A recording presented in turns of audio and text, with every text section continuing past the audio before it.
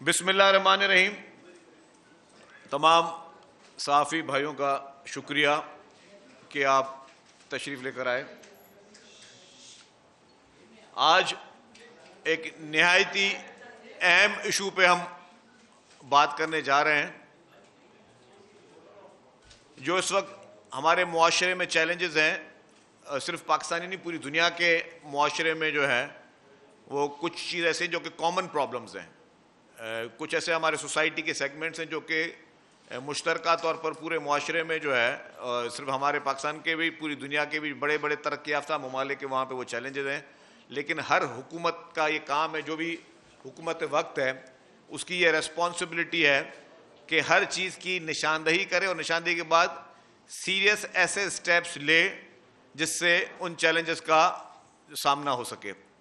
इस मद में जो सबसे इम्पोर्टेंट चीज़ है वो है नारकोटिक्स, ड्रग्स। जैसे ही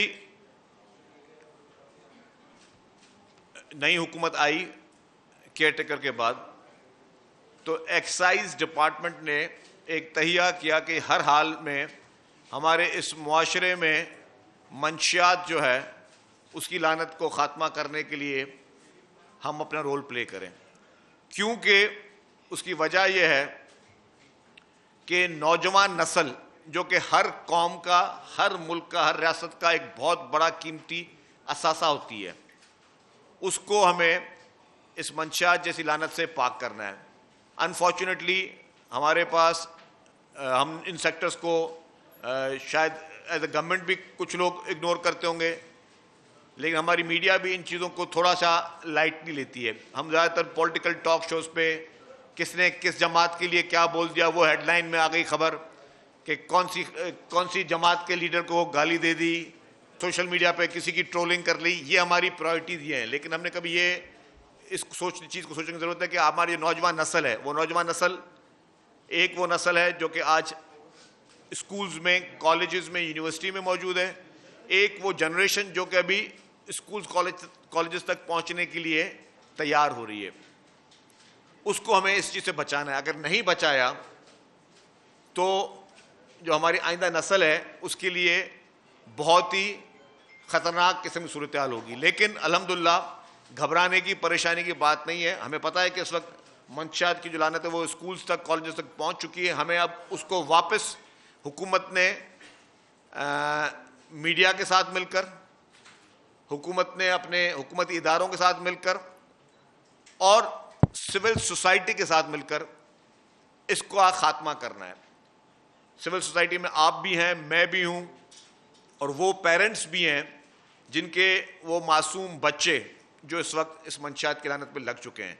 उसमें उन पेरेंट्स की, उन वालिदैन की बहुत इंपॉर्टेंट ये जिम्मेदारी है कि चाहे वो सरकारी स्कूल हों या बड़े बड़े महंगे प्राइवेट स्कूल्स हों, उन सारी चीज़ों में सब ने मिलकर ये काम करना है। ख़ास तौर पे स्कूलों की इंतज़ामिया, कॉलेजेस की इंतज़ामिया, यूनिवर्सिटीज़ की इंतज़ामिया, उन्होंने भी अपने स्टूडेंट्स के बिहेवियर पे, अपने स्टाफ पे नज़र रखनी है कि कोई स्टाफ का आदमी तो इनको चीज़ें नहीं पहुंचा रहा, कोई जो है वो और कोई तो ऐसा अमला नहीं है जो इस चीज़ में मुलविस है। और सोसाइटी में जहाँ जहाँ पे ये चीज़ें पहुँच रही है उसका हमने खात्मा करना है। तो इस मद में मैंने जिस तरह कहा कि जैसे ही केयरटेकर हुकूमत के बाद इलेक्शन हुए तो पीपल्स पार्टी की हुकूमत सिंध में आई, तो एक्साइज डिपार्टमेंट ने बहुत सिंसियरिटी के साथ, निहायती काबिलियत के साथ वो कोशिश की है कि हम उसको ख़ात्मा करें। इसमें सिंध पुलिस की मैं ख़ास जिक्र करूँगा।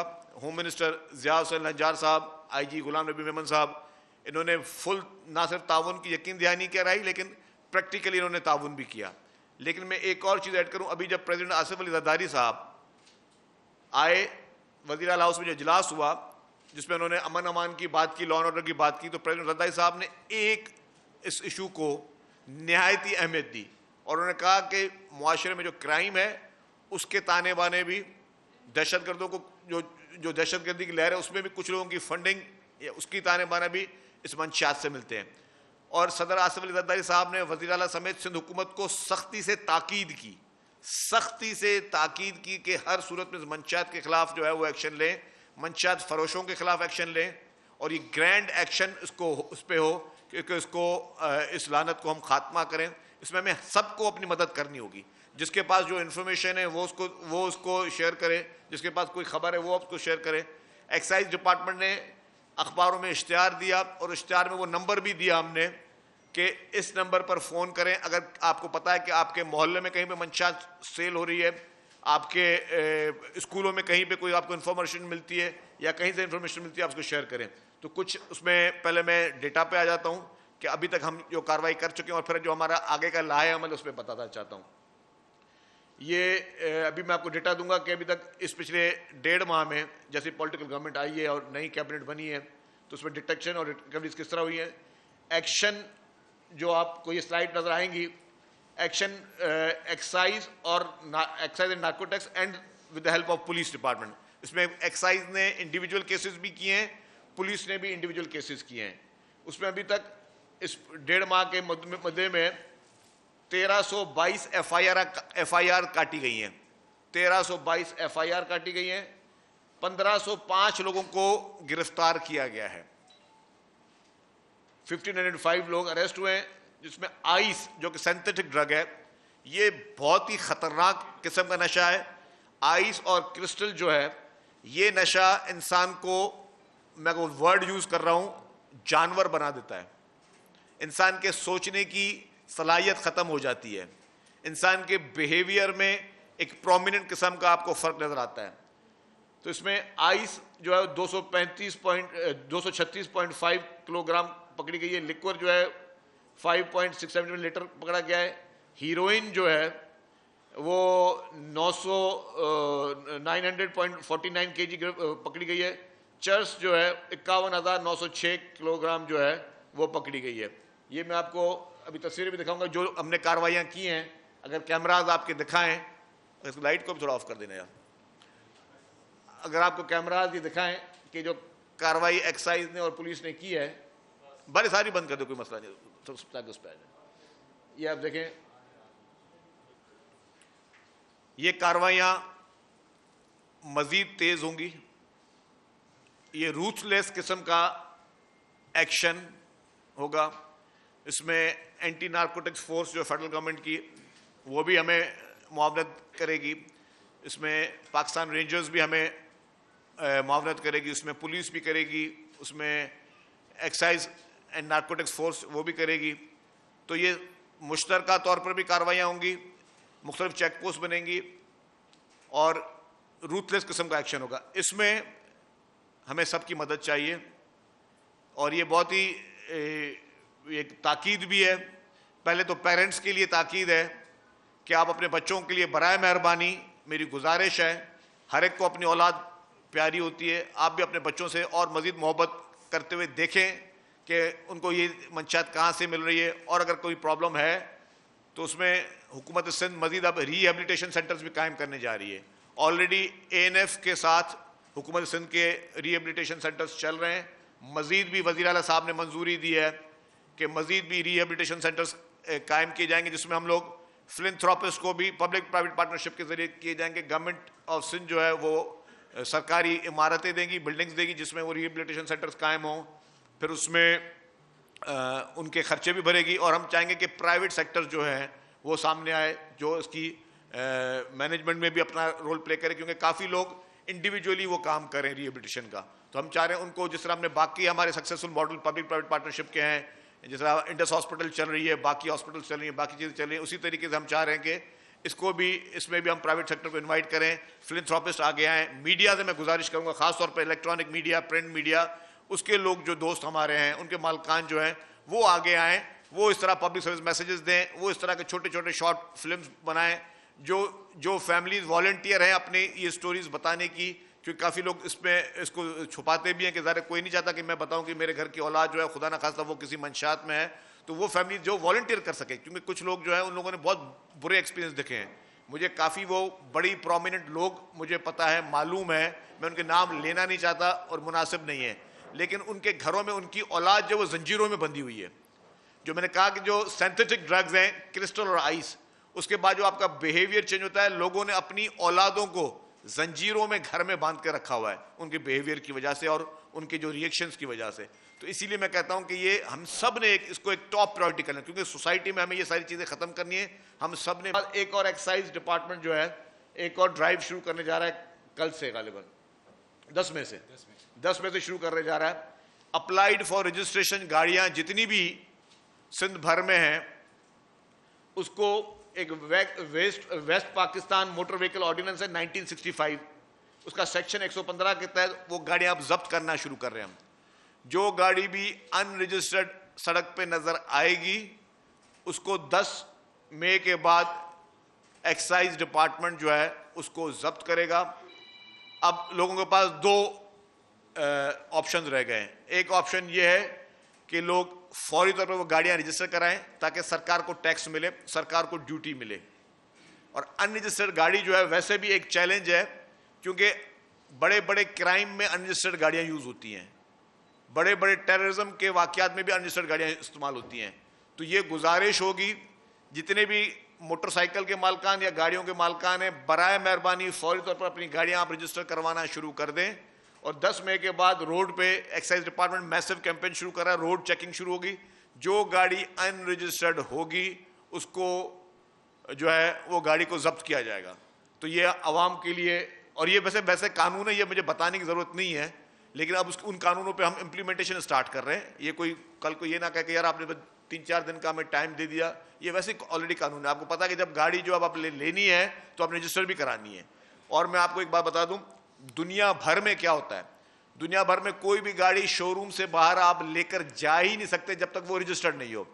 इस मद में हमारे पास एक कानून मौजूद था कि गाड़ी के अंदर, गाड़ी आपने ली तो 60 डेज के अंदर आपको रजिस्टर करनी थी। वो कानून हमने अमेंडमेंट के लिए भेज दिया लॉ डिपार्टमेंट को, अब हम असेंबली में लेके जाने चाह रहे हैं। अब कोई भी गाड़ी आप शोरूम से तब एक दिन के लिए भी आप नहीं चला सकते, रोड पे गाड़ी आ ही नहीं सकती जब तक वो रजिस्टर्ड ना हो। नेक्स्ट जो चीज है, महकमा एक्साइज एंड टैक्सेशन के पास कोई 42,000 नंबर प्लेट्स मौजूद हैं जिन मालकान ने गाड़ियां रजिस्टर कराई हैं और उन्होंने अपनी नंबर प्लेट्स नहीं उठाई हैं। तो अगर उन्होंने नंबर प्लेट नहीं उठाई है तो या तो वो कोई गलत किस्म की कोई प्लास्टिक की नंबर प्लेट चलाते होंगे, या तो वो लोग जो हैं उनके पास ओरिजिनल नंबर प्लेट्स उनके भी एक्साइज डिपार्टमेंट पड़ी हुई हैं। तो हम ये उनको रिक्वेस्ट कर रहे हैं, सीरीज जो है डिटेल है वो मैं अखबार में हम लोग छापने जा रहे हैं, कल के अखबारों में पढ़ लीजिएगा कि वो हमने पूरी सीरीज दी है कि जी लेट्स सपोज मैं एक सीरीज पढ़ लेता हूं, जैसे BWH 550 जो है टू BWH 999, इस तरह की पूरी सीरीज है। तो जितनी भी इसमें कुछ 44,000 नंबर प्लेट्स हैं, लोगों से गुजारिश होगी कि एक्साइज ऑफिस से अपनी ओरिजिनल नंबर प्लेट्स आप ले लें और फिर उसको अपनी गाड़ियों में लगाएं। हम उस पर डेट वाइज भी देंगे कि जी 6 मई से मंडे से हम जो है वो जैसे कैंपेन आज से शुरू हो गई है वो, और फिर पूरा हमने शेड्यूल दिया कि कौन कौन सी तारीख में आप आके अपनी नंबर प्लेट्स उठा के लेके जाएं ताकि आपके वो चीज़ें आपको प्रोवाइड हो जाएं और आपको लगाना शुरू कर दें। तो ये हमारी दूसरी इंपॉर्टेंट चीज़ थी। तीसरी जो कि अगेन मैं ये बात कह रहा हूं, तमाम लोगों से गुजारिश है आगे आए। एक तो जो टैक्स है, जो गाड़ियां आपने ली हुई हैं आप चला रहे हैं उनकी आप ड्यूटी नहीं भर रहे, टैक्स नहीं भर रहे, वो टैक्स मेहरबानी करके करें, क्योंकि अभी हमारी रोड चेकिंग होंगी। रोड चेकिंग में अगर किसी ने प्रीवियस सालों के गाड़ियों के टैक्स नहीं भरे हैं तो गवर्नमेंट उसको चालान कर सकती है बाय लॉ, वो चालान होंगे। तो हम नहीं चाहते कि आप चालान के लिए एक्स्ट्रा पैसे दें। हमारी गुजारिश ये होगी कि आपकी गाड़ियां हैं, बराए मेहरबानी जो आपकी रजिस्टर्ड गाड़ियां हैं उनके टैक्सेस जो हैं वो अपने भरें, वरना आपको चालान पे करने पड़ेंगे। और हम नहीं चाहते कि इस हैसल में आप लोग भी जाएं और डिपार्टमेंट को भी जाए। हालांकि डिपार्टमेंट को फायदा होगा कि डिपार्टमेंट जो है वो आपसे चालान के मद में पैसे भी लेगा। मैं कह रहा हूँ वो चालान के पैसे मद में हमें पैसे ना दें, आप अपनी गाड़ियां जो हैं वो अपनी रिन्यू करवा लें, अपनी जो ईयरली फीस है। तो ये चंद गुजारिशात थी जो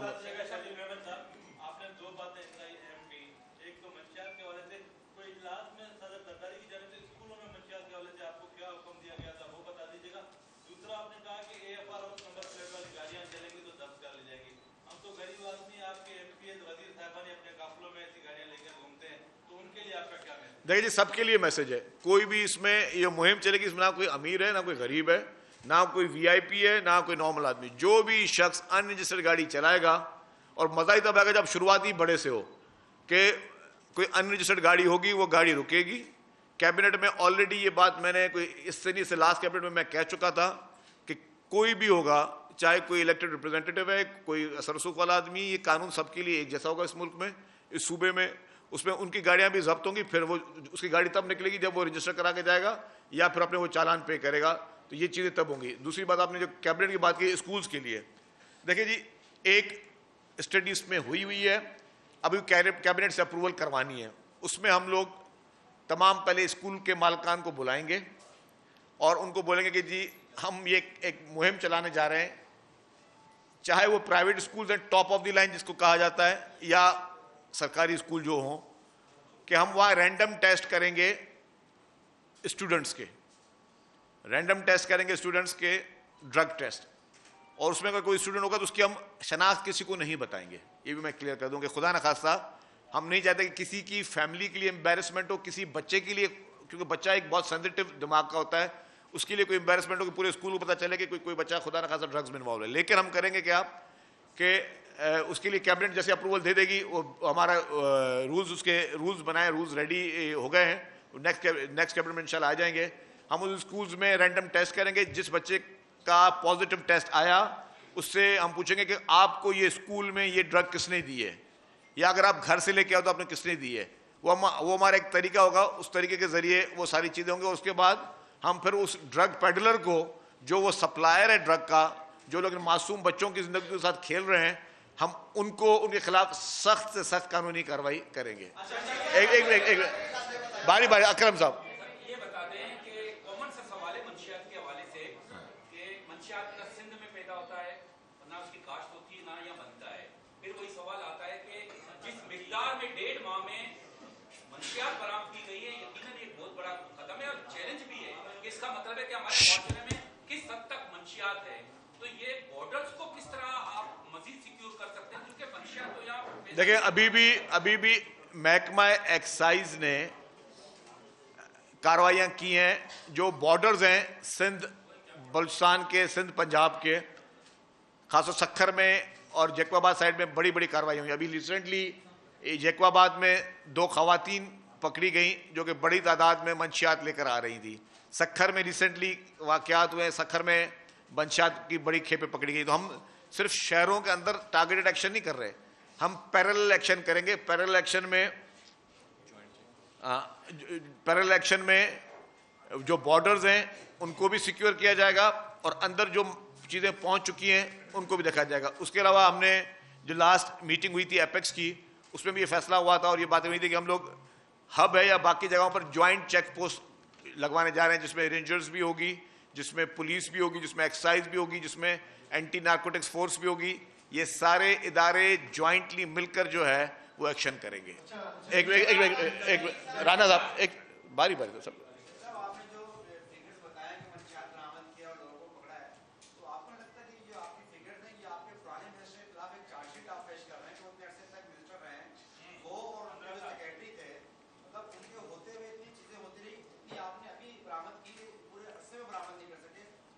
अच्छा, मैं आपको उसका जवाब दे दूं। इससे पहले ये मिनिस्ट्री थी एक्साइज की मुकेश कुमार चावला साहब के पास, जितने भी हिस्टोरिकल बड़े वाकया जो बड़ी रिकवरीज हुई हैं वो मुकेश चावला साहब के दौर में हुई हैं। उस दौर में मेरे ख्याल से हीरोइन की सबसे बड़ी कंसाइनमेंट पकड़ी गई, 305 केजी की कराची से पकड़ी गई। 305 केजी आज तक हीरोइन किसी ने नहीं पकड़ी। वो अल्हम्दुलिल्लाह उस वक्त के जो एक्साइज मिनिस्टर मुकेश चावला साहब, उनकी मेहनत की वजह से पकड़ी गई। इस तरह जितनी बड़ी बड़ी कंसाइनमेंट अभी तो हम भी नहीं पकड़ सके, इंशाल्लाह से बड़ी पकड़ेंगे। लेकिन जब मुकेश साहब थे मिनिस्टर तब बहुत बड़ी तादाद में कार्रवाई हुई और बड़े बड़े मिकदार में उन्होंने जो है वो मंशियात पकड़ी। की बात हो रही है तो इसी हवाले से एक और चीज थी कि शराब सरेआम छोटे छोटे बच्चे भी लाइन में खड़े होकर ले रहे होते हैं, कोई पूछने वाला नहीं है, कोई पकड़ने वाला नहीं है। जी, आप अगर ये स्लाइड्स गौर से देखते तो इसमें लिक्वर के केसेस भी हैं, कच्चा शराब जो किसे कहते हैं वो भी पकड़ा गया है और वैसे भी इस तरह के अल्कोहल पकड़ा गया है जो कि इलीगली तरीके से कहीं पे इस्तेमाल हो रहा था। सब पे पैरेलल काम हो रहा है। जो भी एक्साइज एंड नार्कोटिक्स फोर्स के जिम्मे में चीज़ें आ रही हैं उसको हम जो है वो कार्रवाई कर रहे हैं। एक अरबाब साहब उसके बाद। मेरा सवाल ये कि ये जो गैर रजिस्टर गाड़ियों के खिलाफ आप मुहिम चला रहे हैं, तो इंशाल्लाह ऐसा होगा कि अभी जो सिंध असेंबली का इजलास होगा, कोई भी किसी भी एमपीए की गाड़ी गैर रजिस्टर्ड दाखिल नहीं होगी सिंध असेंबली। और दूसरी बात ये जो आप जो ले रहे हैं मुख्तलिफ स्कूलों में जाकर बच्चों के सैंपल लेके, क्या साहब को भी टेस्ट होगा? खैर एक सीरियस डिस्कशन चलिए माजरत के साथ। इसमें मैंने आपको पहले कह दिया कि जी गैर रजिस्टर्ड गाड़ी किसी की भी होगी उसके खिलाफ एक्शन होगा, चाहे वो कोई भी हो। आप एक किसी भी डाकू की कोई हिमायत नहीं कर सकता, लेकिन ये क्या हो रहा है कि भुगती गए हैं, खुद जाके कच्चे में खुद लड़ रहे हैं, रियासत आकर क्या कर रही है, क्या समझते हैं कि ये सिर्फ रैट भुगतियों को है या और उनके लोगों को भी है कि वो जब जिससे बचाना है खुद जाके ले लें? अच्छा जी, मैं उम्मीद कर रहा था आप इसी टॉपिक पे रहेंगे, लेकिन कोई बात नहीं। कच्चे में ऑपरेशन चल रहा है। कच्चे में कल भी बहुत बड़ी कामयाबी हासिल हुई है सिंध पुलिस को। मिनिस्टर ज़िया हुसैन अंजार साहब आईजी सिंध पर्सनली जो है उस पूरे ऑपरेशन की निगरानी कर रहे हैं। पर्सनली हफ्ते में 2-3 दिन वो वहाँ पे कच्चे के मुख्तलिफ इलाकों में जा रहे हैं, वहाँ चेक पोस्ट बन रही हैं, वहाँ पे पिकेटिंग बढ़ रही है, वहाँ पे बहुत ही ज़बरदस्त किस्म और काफ़ी जगहों पे रेंजर्स के साथ मुश्तरका ऑपरेशन हो रहे हैं और रेंजर्स ने और पुलिस ने मुश्तरका तौर पर भी काफ़ी लोगों को गिरफ्तार किया। तो वो एक्शन चल रहा है और उसमें किसी के लिए भी कोई वो नहीं है कि जी किसी ने जाके पर्सनली वहाँ पे करना है। जिसने करना है वो सरकार ने करना है, रियासत ने करना है, रियासत अपना काम कर रही है। लाशारी साहब। अच्छा शादी साहब, अभी एक खबर आई है कि सुन्नी इत्तेहाद काउंसिल की जानिब से सुप्रीम कोर्ट ने वो फैसला जो पीटीआई की सीटें थी जो दीगर जमातों को दी गई थी, वो फैसला मुअत्तल कर दिया है। उस पर क्या कहें? सॉरी मैंने नहीं देखा, दोबारा बताएं। सुन्नी इत्तेहाद काउंसिल सुप्रीम कोर्ट में गई थी, उस पर सुप्रीम कोर्ट ने एक फैसला दिया है जो पीटीआई की मखसूस नशिस्तें दीगर जमातों को दी गई थी, वो फैसला मुअत्तल कर दिया है। उस पर क्या कहें? नहीं, पीटीआई तो इलेक्शन में लड़ी नहीं थी। सुन्नी इत्तेहाद काउंसिल के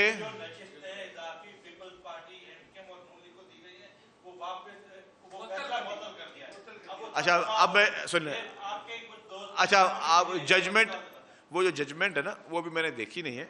जजमेंट को डेफिनेटली मैं पढ़ूंगा कि उस जजमेंट में किस क्राइटेरिया को रखा गया है, क्योंकि जहां तक मुझे पता है कि सुन्नी इत्तेहाद काउंसिल ने कोई लिस्ट जमा नहीं कराई थी, जहां तक मुझे पता है। हो सकता है मैं गलत हूं। अगर सुन्नी इत्तेहाद, जब आप इलेक्शन किस तरह होते हैं, इलेक्शन का तरीकेकार यह है कि जब इलेक्शन में आप कोई पॉलिटिकल पार्टी कॉन्टेस्ट करती है तो बिफोर इलेक्शन वो रिजर्व सीट की एक लिस्ट जमा कराती है, वो इलेक्शन कमीशन ऑफ पाकिस्तान में जमा होती है। अगर सुन्नी इत्तेहाद काउंसिल की वो लिस्ट जमा थी और उसके बाद उनको सीटें नहीं मिली, फिर तो वो बात ठीक होगी। लेकिन अगर सुन्नी इत्तेहाद काउंसिल ने इलेक्शन से पहले वो लिस्ट जमा नहीं कराई थी तो सुन्नी इत्तेहाद काउंसिल की एक नशिस्त भी नहीं बनती, क्योंकि ये मुल्क चलाना किसने है? ये मुल्क चलाना है आईने पाकिस्तान ने, कॉन्स्टिट्यूशन ने। तो कॉन्स्टिट्यूशन जिस चीज की इजाजत देता है हम सिर्फ वही चीज कर सकते हैं। हम अपनी ख्वाहिशात पर, अपने जज्बात पर, अपनी पसंद या नापसंद पर कॉन्स्टिट्यूशन को वायलेशन नहीं कर सकते। तो constitution is very much clear. जिस तरह मैं दोबारा दोहरा रहा हूं, अगर सुन्नी इत्तेहाद काउंसिल की लिस्टें थी, उनको नहीं मिली तो उनके साथ ज्यादती हुई है, और अगर उनके पास वो लिस्टें जमा नहीं कराई हुई तो ये नहीं हो सकता आप लास्ट डेट के बाद, मैं मिसाल के तौर पर इलेक्शन के एक फॉर्म नॉमिनेशन पेपर होता है, नॉमिनेशन पेपर की लास्ट डेट है, मैं लास्ट डेट के एक हफ्ते के बाद जाऊं कि मुझे अब इलेक्शन लड़ने का इरादा हो गया है, तो क्या मुझे इलेक्शन कमीशन ऑफ पाकिस्तान, कोई हाई कोर्ट, कोई ट्रिब्यूनल, कोई सुप्रीम कोर्ट इजाजत देगा? नहीं देगा, कि वो हो नहीं सकता। तो इसी तरीके से मैं कह रहा हूं कि कानून से, देखिए जज्बात पे फैसले नहीं होते, ख्वाहिशात पे फैसले नहीं होते, फैसले होते हैं कानून और आइन की पासदारी करने पे। अच्छा सर, आपने एक अच्छी बात, आप आया भी लेट हो, हाँ, जो रिहेबिलिटेशन सेंटर्स की बात की है जी, आपने देखा होगा यकीनन रास्तों से जाते हुए जगह जगह पे हीरोइन ची पड़े हुए होते हैं। हीरोइन ची शहर में हर जगह पर। ये हीरोइन ची क्या होता है? हीरोइन के अच्छा अच्छा अच्छा, हीरोइन इस्तेमाल करने जी वाले जी लोग हैं, जी जी, जो टोलों की शक्ल में सिर्फ खुद नहीं पीते, फैलाते भी हैं, और हीरोइन बड़ा खतरनाक जी, है, आपको यकीनन पता होगा। तो इनके खिलाफ क्या कर रहे हैं जो शहर पूरे में? देखिए जी, आपको मैं समझ गया। मैं जमाली साहब, मैं आपका इसका मैं सवाल आपको समझ गया। आप उधर, अब मैं कुछ चीज़ों की डिटेल में भी नहीं जा सकता, लेकिन हीरोइन के जो आदी लोग हैं, आदी अफराद हैं, उनके लिए रिहेबिलिटेशन सेंटर वाहिद इलाज है। उनको जेल में डालना या लॉकअप करना इज नॉट सोल्यूशन। हर चीज़ की एक टेक्निकल चीज़ें भी है ना, हमें मतलब हर चीज़ के रिपरकशंस देखकर सरकार जो फैसले करती है, तो उनके लिए रिहेबिलिटेशन का यही है कि जो उनको वहाँ से उठाया जाए, पकड़ा जाए और उनको रिहेबिलिटेशन सेंटर्स में छोड़ दिया जाए, ताकि वो अपने उस टाइम में वो वापस अपनी लाइफ, नॉर्मल लाइफ को रिकवर करके सोसाइटी में वापस आ सके।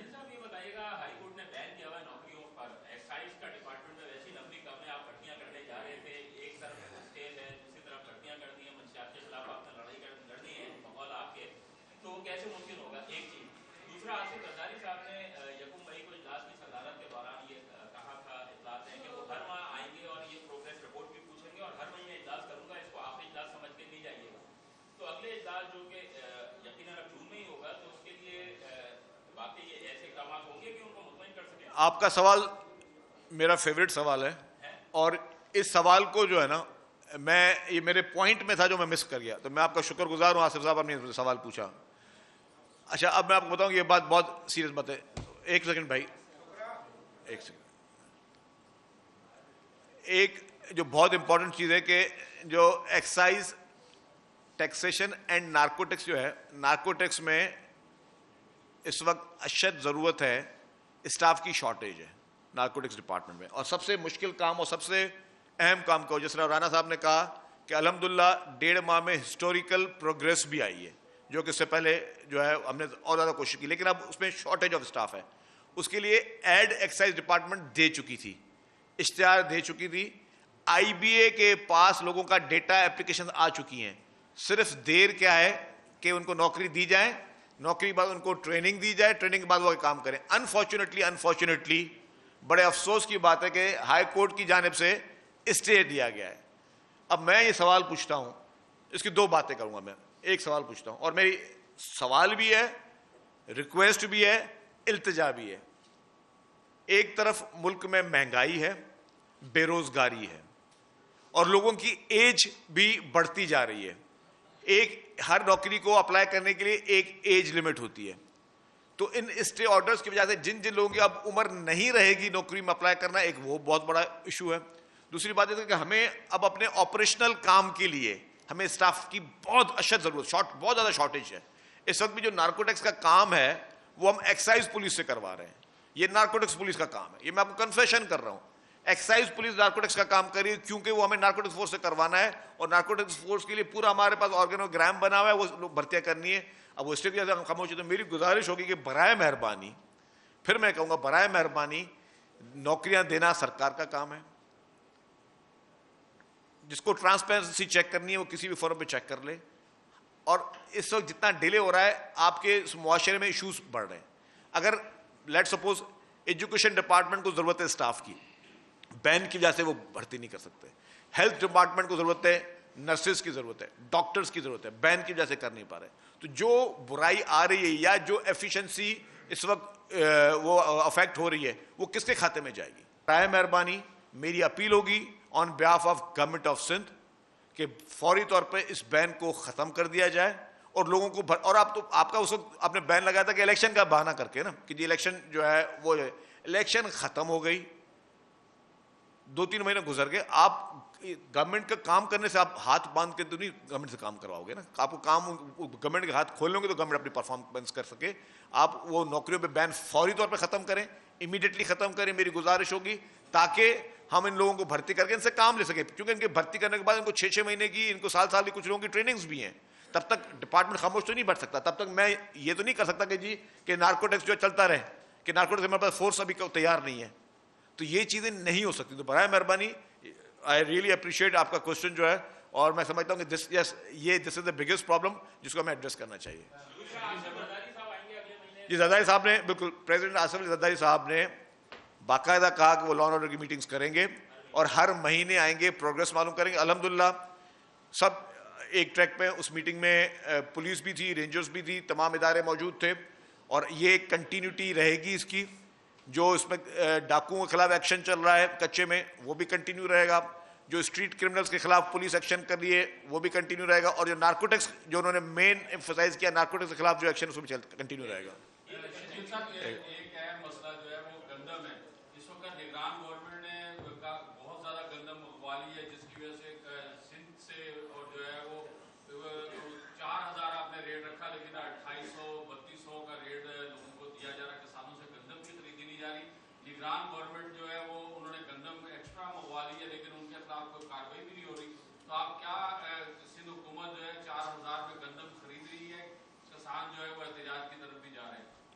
देखिए जी, सिंध हुकूमत ने इस बार एक टारगेट रखा था, क्योंकि ऑलरेडी सिंध हुकूमत के पास गंदम मौजूद थी वाफर मिकदार में, और एक टारगेट रखा था कि जी हम इतनी गंदम प्रोक्योर करेंगे, और उसी टारगेट से आगे गवर्नमेंट जा नहीं सकती, क्योंकि ये सारी चीज़ों के लिए फाइनेंसेस के रिक्वायरमेंट होती है। तो ये एक क्राइसिस डेफिनेटली है, और उस किसान का दर्द, उस ग्रोअर का दर्द हम समझते हैं। फेडरल गवर्नमेंट ने, उस वक्त केटर गवर्नमेंट ने, मैं समझता हूँ कि एक गलत फैसला किया कि इतनी बड़ी मिकदार में आपने गंदम इंपोर्ट कर दी, और इतनी बड़ी मिकदार में जो आपने गंदम को इंपोर्ट किया, उससे डेफिनेटली इस वक्त क्राइसिस जो एक जन्म दिया, जो पंजाब में भी बहुत सीवियर क्राइसिस है, बाकी जगहों पर भी, सिंध में भी सीवियर क्राइसिस है। तो इसको देखने की ज़रूरत है। इसका हल यही है मेरे हिसाब में, भैया मेरा ऑफिशियल वर्जन ना समझें कि हम इसको, या तो इस गंदम को किसान को भी सपोर्ट मिले, उसको या तो एक्सपोर्ट करें, और एक्सपोर्ट करने से जो एक तो दो फ़ायदे होंगे। एक तो अगर वो अभी रख कर बैठा हुआ है तो डेफिनेटली वो किसान चौक हो गया होगा, जब तक वो सेल नहीं करेगा वो नई फसल कैसे लगा सकेगा। दूसरा, जब वो एक्सपोर्ट होगी तो एक्सपोर्ट के बाद डेफिनेटली आपके मुल्क में ज़रा मुबादला भी आएगा, आपके डॉलर के रिजर्व्स भी बढ़ेंगे, फॉरेन करेंसी भी आपके पास आएगी, और ऊपर से इसकी खपत होगी। तो मेरे ख्याल से अब इस पर डेफिनेटली फेडरल गवर्नमेंट कोई डिसीजन लेगी। ये जितनी गंदम आई थी, और मैं हमेशा बताता हूँ, लास्ट टाइम भी जब हमने 4000 रुपये की थी लास्ट ईयर, तो बहुत लोगों ने एतराज़ किया था। हमने कहा था जी जब आप बाहर से गंदम मंगाते हैं तो उस बाहर से गंदम मंगाते हैं, उसकी क्वालिटी इतनी अच्छी नहीं होती है। आप अपनी गंदम को उसको मिक्स करके फिर आप मार्केट में देते हैं। सेकंड, वो आपको महंगी पड़ती है। आपने इंपोर्ट की आपने अपना ज़रा मुबादला निकाला बाहर, तो उससे बेहतर है कि वो सोच समझ के फैसले होने चाहिए, इस तरह के फैसले होने चाहिए कि जिससे ग्रोअर को फायदा मिल सके। एक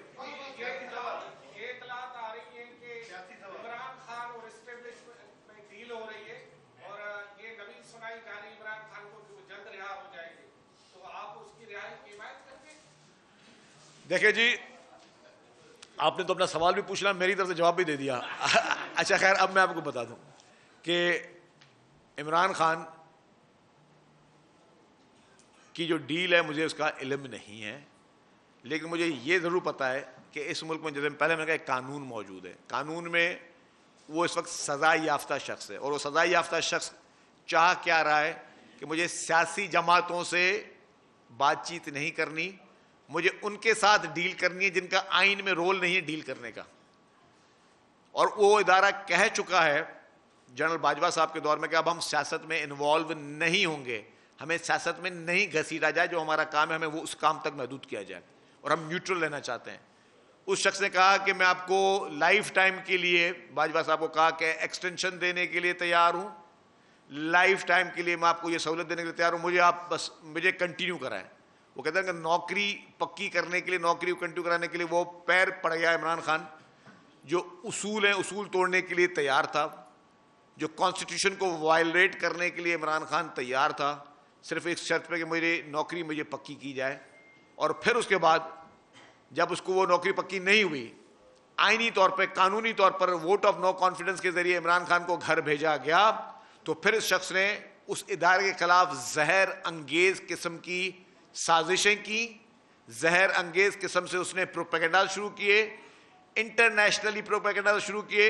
अब जेल से बैठकर मुझे बताएं, उसके प्लीज, जेल से बैठकर उस शख्स के आर्टिकल छप रहे हैं टेलीग्राफ में, बाकी जगहों पर, जेल से बैठकर। मुझे बताएं ये कौन सी जेल है? मैं तो सवाल पूछता हूं कि गोस्ट आर्टिकल छप रहे हैं उसके, एक बंदा जेल में बैठा। और वो मैं गैर मुल्क की जरीदों को भी कहता हूं कि हमेशा आप सारे माशाल्लाह जर्नलिस्ट रिपोर्टर बैठे हो, आज मैं आपको कोई बोंगी किस्म की खबर दूंगा, आप तो अपने दफ्तर में फाइल कर दोगे, लेकिन आपसे दफ्तर जरूर पूछेगा यार कि ये खबर तेरे पास आई कहां से। लेट्स सपोज आप आज किसी और मुल्क के सरबराह की खबर आप दे दो, बोले तेरे पास खबर कहां से, सोर्स तो पूछेगा ना।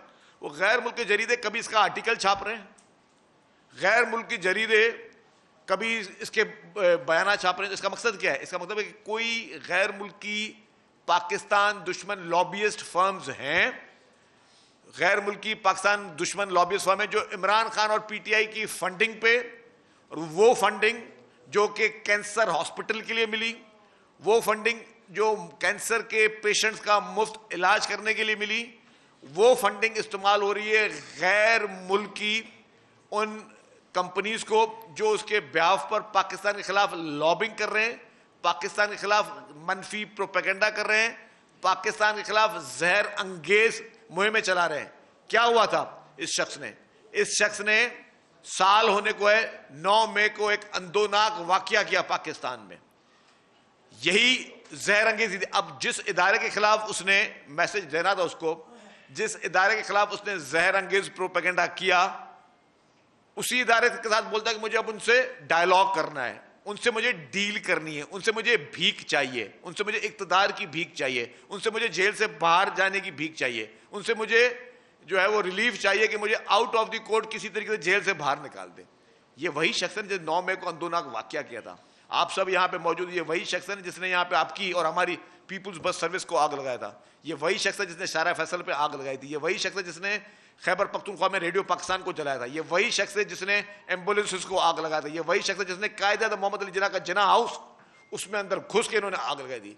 ये वही शख्स है जिन्होंने हमारे शौदा जिन्होंने इस मुल्क के लिए जान के नजराने दिए, उनके मुजस्मों को की बेहुरमती की थी, शहीदों के मुजस्मों की बेहुरमती करना। उस शख्स, अब वो शख्स क्या चाहता है कि मुझे मेरे सारे गुनाह माफ कर दिए जाए। 9 मई को जिस तरीके से मैंने नौजवान नस्ल को तबाह किया सोशल मीडिया के जरिए, आज 9 मई के जो कल्परेट्स से कहां हैं, जेलों में पड़े हैं, बशमूल इमरान खान के, सब जेलों में सड़ रहे हैं। इमरान खान के अपने बच्चे इस वक्त कहां हैं? वो ठंडी हवाओं में लंदन में बैठे हुए हैं। उसके अपने घर वाले कहां हैं? वो ठंडी हवाओं में घूम रहे हैं। तो मुझे ये बताएं, कौम के बच्चों को तुम जेलों में भेजो, उनको गलत जहन में जहर अंगेज किस्म की बातें करके तुम उनको दहशतगर्द बनाने की कोशिश करो, उनको तुम गलत राह दिखाओ और अपने बच्चों को तुम बाहर रख के बैठो। तो आज जिस इदारों के खिलाफ उसने ये बात की या जिस पॉलिटिकल पार्टी के खिलाफ बात की, क्या फायदा हुआ? अवाम को एक चीज सोचनी चाहिए, 9 मई के उस अंदोनाक वाकये की किताब खोलनी चाहिए अवाम को, और उसमें अवाम देखे कि किसका फायदा हुआ, किसका नुकसान हुआ। अगर खुदा न खासा मेरा बच्चा इमरान खान के कहने पर किसी एम्बुलेंस को आग लगा रहा था या रेडियो पाकिस्तान को आग लगा रहा था, आज वो जेल में पड़ा हुआ है। इमरान खान का अपना बच्चा कहां बैठा, और जिसके खिलाफ कर रहे थे, किसके खिलाफ कर रहे थे? ये सारी मूवमेंट पॉलिटिकल पार्टी के खिलाफ थी। आज वो पॉलिटिकल पार्टी सारी बाहर बैठी, वो इक़्तिदार में बैठी हुई हैं। जिन इदारों के खिलाफ करे, उन इदारों के सरबराह आज अपनी जगहों पे मौजूद हैं। जिन इदारों के सरबराहों के खिलाफ आप ये मुहिम चला रहे थे, तो वो सब अपने अपने काम में काम कर रहे हैं। वो हमारी फोर्सेस पाकिस्तान की आज भी बेहतर से बेहतर काम कर रही हैं। वो दुश्मन मुमालिक से लड़ भी रही हैं। वो पाकिस्तान की सालमियत के बचाव के लिए हर जगह पे मौजूद है, डट के खड़ी हैं। आप आज कहां हो? आप आज जेल में सड़ रहे हो अपने उन अमालों की वजह से। आप आज जेल में सड़ रहे हो और आपने अपने साथ साथ उन मासूम बच्चियां, औरतें जो पीटीआई की खवातीन इस 9 मई में बेचारी जेल में, मुझे कसम खुदा की खा के बोल रहा हूं, मुझे उनके लिए बहुत रहम आता है। उन मासूम बच्चों के लिए मुझे बहुत रहम आता है कि वो बेचारे, उनको तो गलत तालीमात दी गई, उनको गलत सोच दी गई। जिस तरह हम अभी मंशियात के खिलाफ हमारा टॉपिक था, यही मंशियात, एक मंशियात वो, एक मंशियात ये है कि आप जहर अंगेज चीजें जो है लोगों के जहनों में डालो, उनको आप पॉल्यूट करो। आपने वो पॉल्यूट करके आपने उन लोगों को, उन मासूम बच्चों की जिंदगी आपने तबाह कर दी, और खुद जो है सिर्फ अपने इख्तिदार के हवस में, आज मैं इससे डील करूंगा, आज मैं उससे मैं डील करूंगा, आज मुझे ये इख्तिदार दिया जाए, मुझे मुल्क से बाहर भेजा जाए, मुझे मुल्क से मुझे सेफली सेफ पैसे जाए, मैं सियासत छोड़ दूं। आज आप ये ऑफरें मार रहे हो लोगों को बैठकर। तो ये सारी चीजें सबके लिए आई ओपनर है कि कोई भी पॉलिटिकल पार्टी का लीडर हो, मैं एक पार्टी की बात नहीं कर रहा, अगर कोई पॉलिटिकल पार्टी का लीडर अपने नौजवान नस्ल को, अपने वर्कर्स को वायलेशन की तरफ राग़िब कर रहा है कि जी वो मुआशरे में आके वायलेंस करें, वायलेंस की तरफ वो अगर आप उनको राग़िब करता है, तो इस तरह की लीडर की बात नहीं सुननी चाहिए, चाहे कोई भी पॉलिटिकल पार्टी का लीडर हो। इससे पहले भी कुछ लीडर आए जिन्होंने वायलेंस की तरफ लोगों को धकेला। अब खुद वो कौन से मुल्क में बैठ के ठंडी हवाएं खा रहे हैं और उनके लोग बेचारे जो वो जेलों में सड़ रहे थे। तो इस तरीके से जो लीडर भी अवाम के जहरों में जहर उगलाएं, उनके खिलाफ जो एक्शन होना चाहिए।